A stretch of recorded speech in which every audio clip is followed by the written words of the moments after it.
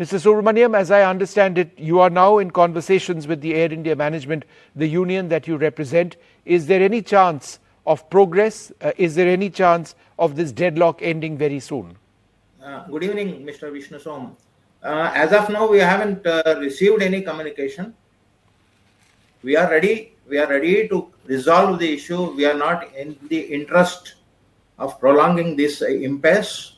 The Bharatiya Mazdoor Sangh is a nationalistic organization. We believe in the interest of the nation. Our thing is first is the interest of the nation, then the industry in which we are working, and then we protect the rights of the workers. But unfortunately, what I was led to believe is that there are conversations taking place with labor commissioners, the chief labor commissioner. That's not started. That's not yet. Not yet. And sir, the other point, Mr. Subrahmanyam, is that the airline says, and our sources in the airline are saying that they don't recognize you as being a valid union which represents cabin crew. How would you respond to that? We are having around a membership of around 600. They give us protection. Workman protection is given to us. Our members are protected under the Workman Act also, Trade Union Act.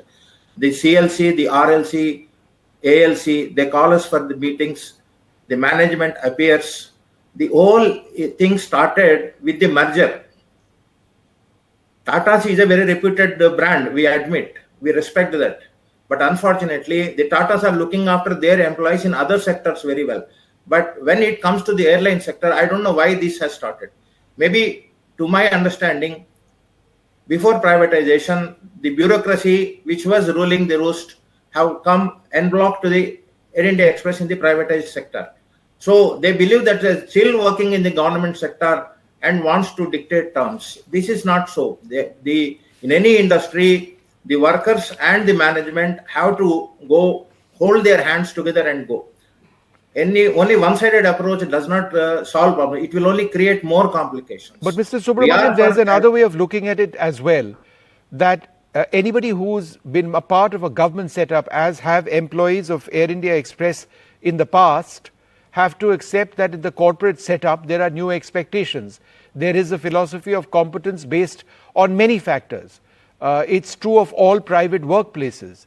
It's not. I don't deny it. And therefore, the point which is being made is that there is a transition process, and that these workers have to come in line, and that many of these expectations are what are in fact implemented in many airlines across the world, certainly in India.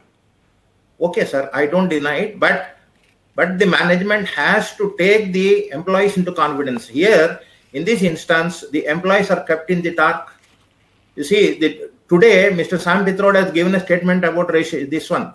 The South Indians look like Africans and so on and so forth. No, let's stick to the topic. Air India Express, yes. After working for 15-20 years, the cabin crew, they say your complexion is black. You don't have a place here. Your height is not commensurate with it. So after 15 years, they have worked here for 15-20 years with the same height and same complexion. All of a sudden, if they say your height doesn't match us, where do these people go? Your complexion does not conform to our standards. Where do these people go? These kind of things. There are so many issues, hundreds of issues.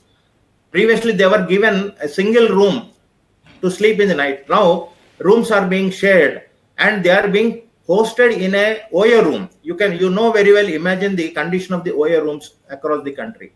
And there are so many stories about OYO rooms. Sir, respectfully, I understand a couple of points, because I am aware of the entire issue of appearance of cabin crew. It's problematic because and it's something that's happened even in the past. But on the issue of sharing of rooms, when I travel on a shoot at the age of 50, after being on the working for almost 30 years, if required, I share a room. It's not a big deal. People, it's again the expectations of somebody in the government may be very different from the expectations in the private sector, right? And is that not what the key problem is? That's what the airline management seems to be suggesting.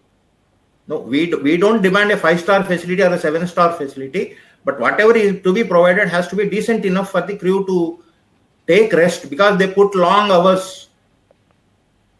Right. And this union has worked wonders during the COVID time. They have flown hundreds of thousands of sorties evacuated the people from throughout the world, and any natural calamities, our people are going around taking all risks. Many people have died. Our members have died in the line of action during COVID, etc. But Mr. But the Subrahmanyam, as management doesn't treat them I well. understand what you're saying, some of it, not all of it. But in a situation like this, how would you respond to those who say that workers in an airline fulfill an essential function, right? And therefore, if 100 plus, some numbers say 300, say that they will not show up to work just before flights operate and start standing down from all sectors of the country, doesn't it inconvenience thousands of passengers on a daily basis? And this has a cascading effect. Is that fair to any traveler? We have been engaging with the management for the past several months or even a year. And we in BMS have addressed the top management in the Tatas 3 times in the last 1.5 years. And we don't even get an acknowledgement. We said we are working for the interest of the nation. Let us sit together across the table and sort out the issues. We'll find out an amicable solution. But there's no response from the management. Absolutely from the top leadership of the Tatas. For the last several weeks or months, our union has been writing to the management in Air India Express, listing out the grievances. They don't even talk to us or try to find solutions to settle the issues. Well, there is some merit in what you're saying over there. The letter which we reported a little while earlier on was a letter from the regional Labour Commissioner in Delhi, which has written to the leadership of the Tata Group, saying that they have to send accountable people, that wrong information and idiotic interpretations of legal provisions are being mentioned to them. So that's exactly, a lot of your concerns have been validated, and we've checked on even the RLC on the validity of this letter. It is even authentic. The RLC has taken umbrage. They don't send proper representatives to the meetings called all by right. the RLC.